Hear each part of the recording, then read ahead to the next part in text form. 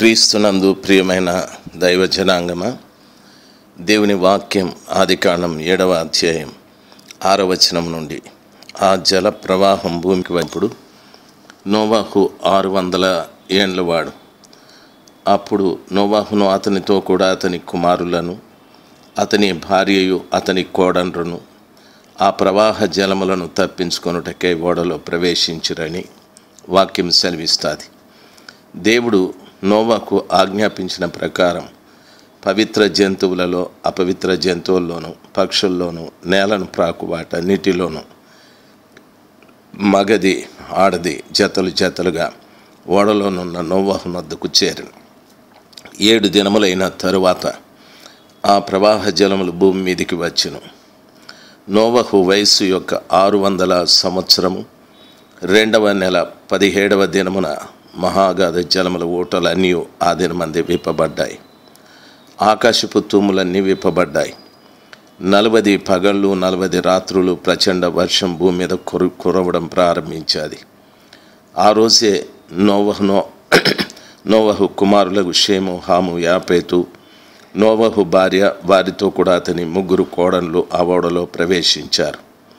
వీరే కాదు, ఆయా జాతుల ప్రకారం ప్రతి మృగమును, ఆయా జాతుల ప్రకారం ప్రతి పశువును, ఆయా జాతుల ప్రకారం నేల మీద ప్రాకు ప్రతి పురుగును, ఆయా జాతుల ప్రకారం ప్రతి పక్షియు, నానా విధములైన రెక్కలు గల ప్రతి పెట్టెయు ప్రవేశించాయి. జీవాత్మ గల సమస్త శరీరంలో రెండేసి ఓడలోనున్న నోవహు వద్దకు ప్రవేశించాయి. ప్రవేశించినవన్నీ దేవుడు అతనికి ఆజ్ఞాపించిన ప్రకారం సమస్త శరీరంలో మగదియు ఆడదియు ప్రవేశించాయి. అప్పుడు యెహోవా ఓడలో అతని మూసివేసనని వాక్యము సెలవిస్తుంది. ఓడ నిర్మాణకుడు నోవహు ఆ ఓడలో మధ్య అంతస్తులో ఆయన తలుపును పెట్టాడు, ప్రక్కన కిటికీని పెట్టాడు. అయితే ఆ రీతిగా ఓడ తలుపును పెట్టిన నోవహు ఓడలోకి వెళ్ళిన తరువాత యెహోవా ఓడ అతని మూసివేను అని చెప్తాడు.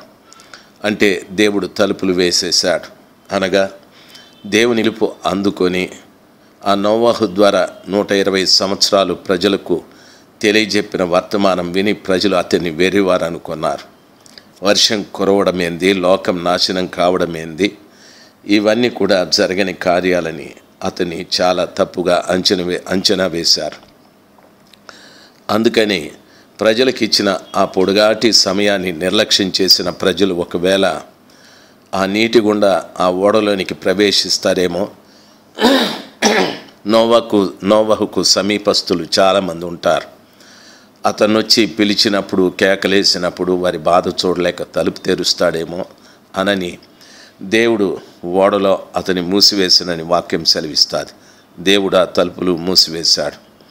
ప్రియ దైవ జనాంగమ, ఈరోజు కూడా ఆ సర్వశక్తిమంతుడైన దేవుడు ప్రపంచంలో ప్రతి వారికి కూడా ఒక ప్రత్యేకమైన ఆహ్వానాన్ని ఇచ్చి పిలుస్తూనే ఉన్నాడు. దరిదాపు 2017 సంవత్సరాల నుండి ఆ కృపగల దేవుని పిలుపు ప్రపంచంలో వినిపిస్తూ ఉంది. ప్రయాసపడి భారం మోసుకుంటున్న సమస్తమైన ప్రజలారా, నా దగ్గరికి రండి, నేను మీకు విశ్రాంతిని కలగజేస్తానని పదే పదే ఒకప్పుడు ఒక స్వరం, ఇప్పుడు ప్రపంచంలో అనేక స్వరాలు, కోట్ల కొలది స్వరాలు ఈ పిలుపుని ప్రజలకు ఇస్తూ ఉన్నాయి. ఒకప్పుడు నోవహు ఒక స్వరమే. అయితే దేవుని కృపను బట్టి 3 అంతస్తుల ఓడైన తండ్రి, కుమార, పరిశుద్ధాత్మ అనేటటువంటి వారి దగ్గరికి ఆహ్వానిస్తూ ఉన్నారు. మొదటి అంతస్తు తండ్రిది, 2వ అంతస్తు కుమారుడిది, 3వ అంతస్తు పరిశుద్ధాత్మ దేవునిది. 2వ అంతస్తులో ద్వారం ఉన్నట్లుగా ఆ కృపగల దేవుడు యేసు ప్రభుల వారు అంటున్నారు, నేనే ద్వారమును, నా ద్వారా తప్ప ఎవడు తండ్రి యొద్దకు రాలేడని. యెహోవా ఓడ తలుపులను మూసివేసును. క్రీస్తు ప్రభుల వారి యొక్క కాలం ముగిసిపోదు. క్రీస్తు పెళ్లి కుమారుడుగా వచ్చి భూమి మీద ఓడలోనికి, సంఘంలోనికి ప్రవేశించిన ప్రతి వారిని కూడా ఆయన తీసుకుని మధ్య ఆకాశంగా లోకంలో ఇంకా సువార్త అనేది లేదు. వేయబడ్డ తర్వాత కొట్టుకున్న ప్రలాపించిన ప్రయోజనం అదే ఇప్పుడు ఈ ప్రపంచంలో ఆయన తలుపులు కూడా అందులో ప్రవేశించడానికి సిద్ధపడే పాప నిర్మూలన కొరకై అందరి నిమిత్తం కల్వరిలో ప్రాణం పెట్టిన యేసు కూడా నీ వైపు చూస్తూనే ఉన్నాడు. రక్షించబడకుండా పాపం చేస్తున్న ప్రజలని మిగతా తన చేపి ఆహ్వానిస్తున్నాడు. రండి, ఈ రోజైనా రండి, ఇప్పుడు రండి అని. దయచేసి జాలిగల అలిగిన దేవుని ఆహ్వానాన్ని అందుకొని రండి, రక్షించబడతారు. అప్పుడు ఆయన తలుపు వేస్తాడు.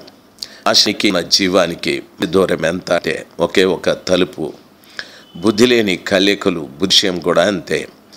బుద్ధి గలవారు దీపాలని సిద్ధిలో ఉన్న నూనె పొసిగించుకొని పెళ్లి మాని వెళ్ళిపోయారు. బుద్ధి లేని కన్యకలు కానీ మాకు మీకు చాలదు, అమ్మవారి దగ్గరికి వెళ్ళమన్నారు. వారు వెనుదిరిగి అమ్మవారి వద్దకొచ్చి నూనె తీసుకుని దీపం వెలిగించి వెళ్ళారు. ఆ పెళ్లిశాల దగ్గరికి వెళ్ళి తలుపు తట్టి, మా కొరకు తలుపు తీయండి, మేము కన్యకలంటే లోపల నుండి పెళ్లి కుమారుడు అంటున్నాడు, మీరెవరో నాకు తెలియదు, వెళ్ళిపోమని. అంటే బుద్ధి లేని కన్యకలకు పెళ్లి కుమారుడికి మధ్య దూరం ఎంత అంటే ఒక తలుపే. కాబట్టి ప్రియులరా, దేవుని పోగొట్టుకోకండి. ఈరోజు ఆయన విశాలమైన ప్రేమతో తన 2 బాహులు చేతులు చాపి ప్రేమతో ఆహ్వానిస్తున్నాడు. వచ్చిన ప్రతి హృదయానికి హత్తుకుని ఆయన కార్చిన పవిత్రమైన రక్తంతో కడిగి పవిత్రునిగా చేసి ఓడలోనికి పంపిస్తాడు. నిరాకరిస్తే నీకు ఆయన మధ్య తలుపు ఒక్కటే. లోపల పెండ్లి విందు, బయట శాపం ఉంటుంది, నరకం ఉంటుంది. ఆ శిక్ష నీకు ఉండకూడదు. ప్రవాహము దినములు భూమి మీద నుండగా ఓడ తేలజేసినందున ఆ భూమి మీద నుండి పైకి ఓడ లేచేది. ప్రియులరా, గమనించవలసిన విషయం, జలం భూమి మీద ప్రచారముగా ప్రబలి మిక్కిలి విస్తరించినప్పుడు ఓడ నీళ్ళ మీద నడిచనని వాక్యం సెలవిస్తుంది. ఆ నీళ్లు వర్షం ద్వారా భూమి మీదకి వచ్చినటువంటి నీటిని బట్టి నీటి మట్టం పెరిగే కొద్దీ ఓడ పైకి పోవడం ప్రారంభించాది. ఆ నీటి మట్టం నిలిచిన తర్వాత ఓడ నీటి మీద ప్రయాణం చేయడం ప్రారంభించాది. నీటి మట్టం పెరిగిన కొలది ఓడ ఎత్తబడిన రీతిగా ఒక్కరోజున మనమంతా కూడా పైకెత్తబడతాం. ఒక్కరోజున ఆ పైకెత్తబడిన ఓడ నడిచినట్లు మనము క్రీస్తుతో కూడా నడిచి మధ్య ఆకాశానికి వెళ్తాం. ప్రియులారా, ప్రభుతో నడుస్తాం, ప్రభుతో జీవిస్తాం, ప్రభుతో ఆలోచించవలసిన విషయం. దేవుని వాక్యం ఆ రీతిగా సెలవిస్తా. వాక్యంలో చెప్పబడిన మాట ఏమిటంటే, ఓడ ఆ ప్రచండమైన జలములు భూమి మీద అత్యధికంగా ప్రబలైనప్పుడు ఆకాశం అంతటి కింద ఉన్న గొప్ప పర్వతములు మునిగిపోయాను. 15 మూరల ఎత్తు నీళ్లు ప్రచండముగా ప్రబలను గనుక పర్వతములు మునిగిపోయాను అని వాక్యం సెలవిస్తుంది. ఆ దినమున నీటి మట్టం 15 మూరల ఎత్తు పెరిగాదని, ఎత్తైన పర్వతములన్నీ కూడా మునిగిపోయాయి అని వాక్యం సెలవిస్తుంది. 15 మూరలంటే 22.5 అడుగు, దరిదాపు 23 అడుగుల ఎత్తు పెరిగిపోయాది. గమనించవలసిన విషయం, అంత ఎత్తు పెరిగాది. ఎత్తైన పర్వతాలన్నీ కూడా మునిగిపోయాయి అని వాక్యం సెలవిస్తుంది. అప్పుడు పక్షులు కానీ, పశువులు, మృగములు, భూమి మీద ప్రాకే పురుగులు, భూమి మీద సంచరించు సమస్త శరీరులు, సమస్త నరులు చచ్చిపోయారు. పొడి నేల మీద ఉన్న వాటి అన్నిటిలో కూడా నాసికాంధ్రంలో జీవాత్మ సంబంధమైన ఊపిరిగలవన్నీ కూడా చనిపోయాయి. నరులతో కూడా పశువులను, పురుగులను, ఆకాశ పక్షులు, నేల మీద జీవరాశులన్నీ కూడా తుడిచివేయబడ్డాయి. అవి భూమి మీద ఉండకుండా తుడిచివేశాడు. నోవహును అతనితో కూడా ఓడలోనున్నవన్నీ మాత్రము మిగిలి ఉండాను. 150 దినముల వరకు నీళ్లు భూమి మీద ప్రచండముగా ప్రబలెను. ఓడలో ఉన్నటువంటి వారు బ్రతుకున్నారు, కానీ పొడి నేల మీద ఉన్నటువంటి ప్రతి పురుగు, క్రిమి, కీటకాదులు, జంతువులు, పక్షులు, పశువులు అన్నీ కూడా చనిపోయాయి. దైవజమ, దేవుని వాక్యం ఈ రీతిగా సెలవిస్తుంది, క్రీస్తు నందున్న వారికి ఏ శిక్ష విధియు లేదునని. ఓడలో వారు ఉండి రక్షించబడినట్టుగా ఈ రోజున మనము క్రీస్తు తండ్రి, కుమార, పరిశుద్ధాత్మ అను వారిలో మనం జీవించగలిగితే, వారితో మనం ఉంటే నాశనం నిన్ను తాకదు. అందుకు ప్రభుల వారు స్పష్టంగా చెప్పాడు, నా యందు విశ్వాసం ఉంచువాడు నిత్య జీవం కలవాడు, వాడు చనిపోయినా మరలా బ్రతుకును అని చెప్పాడు. నాశనం అనేది క్రీస్తులో ఉన్నటి బిడలకు జరిగే కార్యం కాదు. కాబట్టి ఆ గొప్ప విపత్తు నుండి తప్పించుకొనటానికి ప్రభు మనకు సహాయం చేయని ఈ రోజున ఆలోచించవలసిన విషయం ఒక్కటి, దేవుడు నీకు ఇస్తున్న ఆహ్వానం. ఆయన ఆహ్వానాన్ని అందుకొని వారు ఓడలోనికి వెళ్ళింటే నీవు క్రీస్తులోనికి వస్తావా? రెండవది, వారు ప్రజలు ఆయన ఆహ్వానాన్ని తిరస్కరించి పొడి నేల మీద ఉండిపోయారు. పొడి నేల మీద చాలా సుఖాలు, సంతోషాలు, సంబరాలు, విచ్చలవిడి జీవితం ఎన్నో ప్రియులరా లోకంలో అదే విధంగా ఉన్నాయి.